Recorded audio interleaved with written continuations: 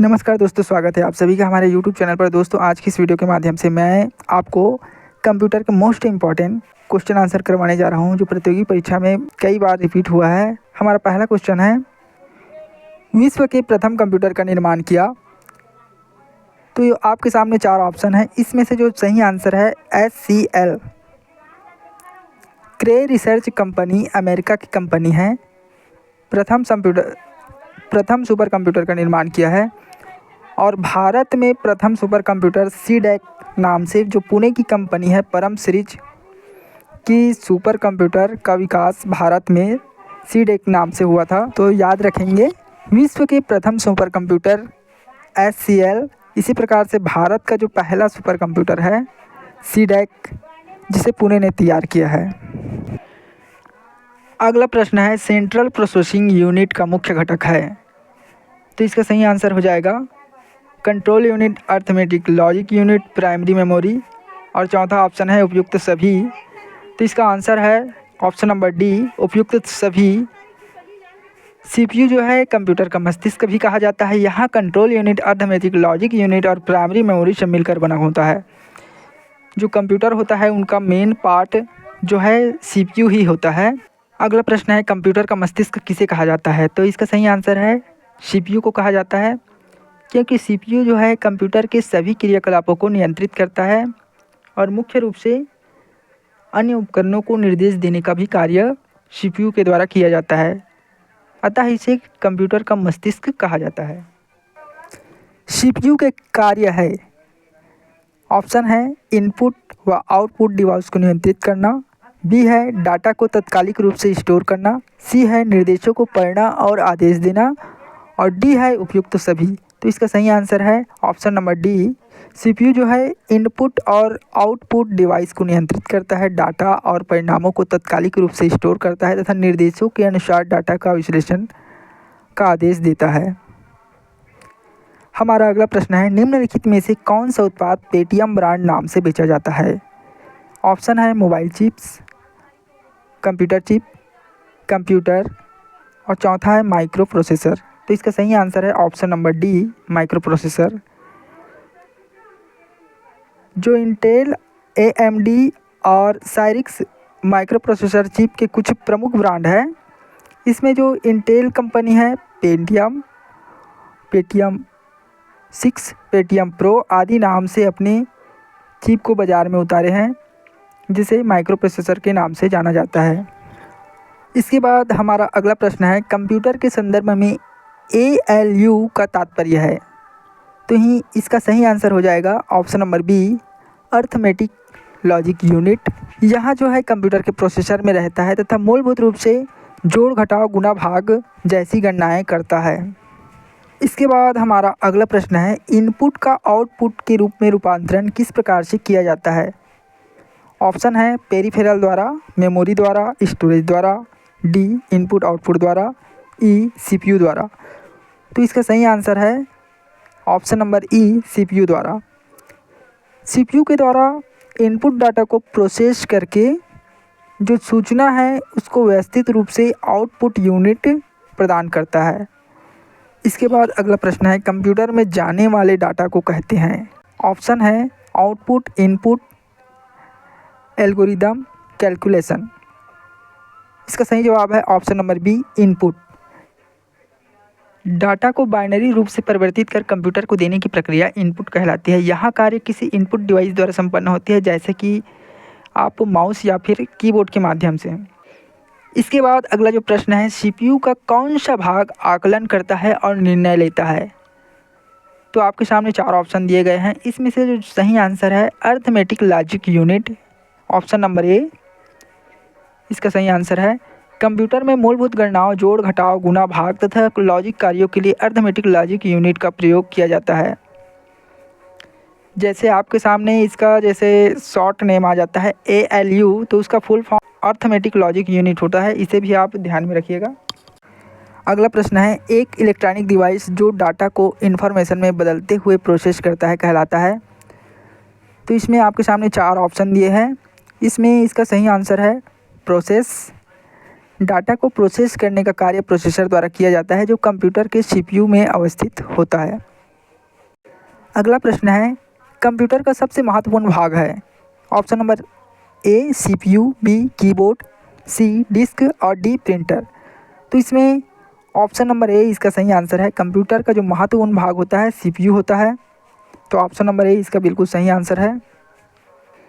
इसके बाद जो अगला क्वेश्चन है, सीपीयू का पूरा रूप क्या है? तो सीपीयू का पूर्ण रूप जो होता है central processing unit.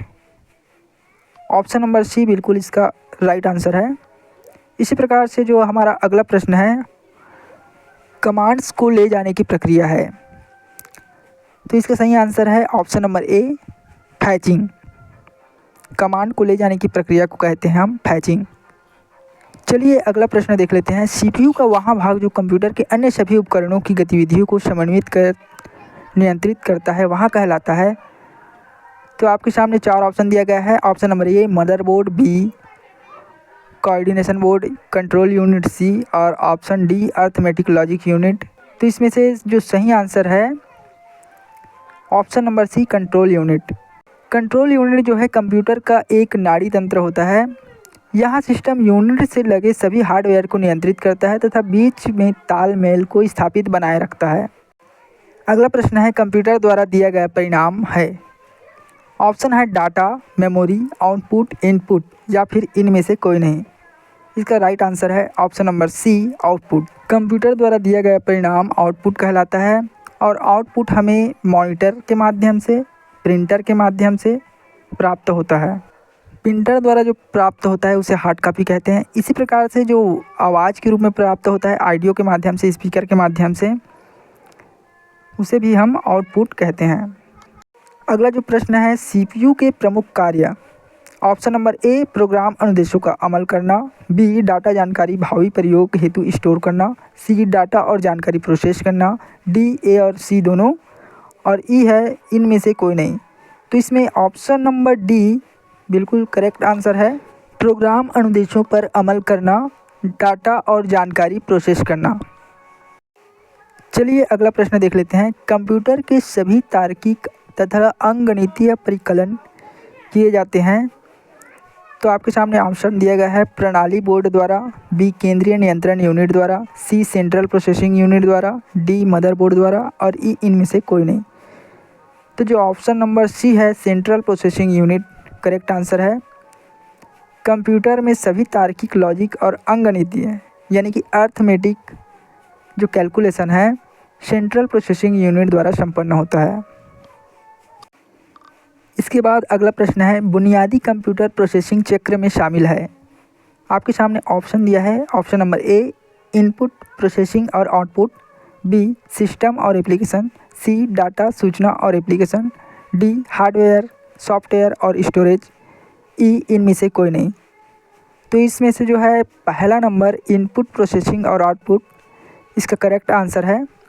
Computer processing में जो है इनपुट जब हम इनपुट प्रदान करते हैं तो प्रोसेसिंग होता है और प्रोसेस होने के बाद हमें आउटपुट प्रदान करता है। चलिए अगला प्रश्न देख लेते हैं, मदरबोर्ड पर सीपीयू तथा मदरबोर्ड पर लगे दूसरे पुर्जों को जोड़ता है। Option number A input unit, B system bus, C ALU, D primary memory और ई इनमें से कोई नहीं। तो इसका करेक्ट आंसर हो जाएगा ऑप्शन नंबर बी सिस्टम बस। अगला प्रश्न है, मदरबोर्ड है। तो मदरबोर्ड क्या है? आपके सामने ऑप्शन दिया है। ए कंप्यूटर के ऑन करने पर एक्सेस किया जाने वाला पहला चिप, बी सर्किट बोर्ड जिसमें पेरिफेरल डिवाइस होता है, सी वही जो सीपीयू चिप है, डी सर्किट बोर्ड जिसमें सीपीयू और अन्य चिप लगे होते हैं, ई प्रिंटर का भाग। तो इसका करेक्ट आंसर है ऑप्शन नंबर डी मदरबोर्ड जो है सर्किट बोर्ड जिसमें सीपीयू और अन्य चिप लगे होते हैं। चलिए अगला प्रश्न की ओर बढ़ते हैं, कंप्यूटर सिस्टम की घड़ी। इसका राइट आंसर हो जाएगा ऑप्शन नंबर सी एक टाइमिंग डिवाइस जो कंप्यूटर के ऑपरेशन को सिंक्रोनाइज करने के लिए इलेक्ट्रिकल पल्स पैदा करता है। हमारा अगला प्रश्न है, कंप्यूटर घड़ी के स्पीड की गणना की जाती है। ऑप्शन है गीगाबाइट में, बीट में, मेगाहर्ट्ज में, सेकंड में, ऑप्शन नंबर ई इनमें से कोई नहीं। तो ऑप्शन नंबर सी इसका राइट आंसर है। मेगाहर्ट्ज में कंप्यूटर घंटी के जो स्पीड है उसकी गणना मेगाहर्ट्ज में किया जाता है। इसी प्रकार से हमारा अगला प्रश्न है, पर्सनल कंप्यूटर के मदरबोर्ड पर विभिन्न घटक इलेक्ट्रिकल कंडक्टिंग लाइनों से सेट आपस में जुड़े रहते हैं, इन लाइनों को कहते हैं। Option number A conductors, option number B buses, option number C connectors, option number D है कंसिक्यूटिवस और ऑप्शन नंबर ई इनमें से कोई नहीं। तो इसका करेक्ट आंसर है ऑप्शन नंबर सी कनेक्टर्स। अगला प्रश्न है BIOS का पूर्ण रूप है। तो इसमें करेक्ट आंसर है option number C basic input output system. इसका राइट आंसर है option number C basic input output system.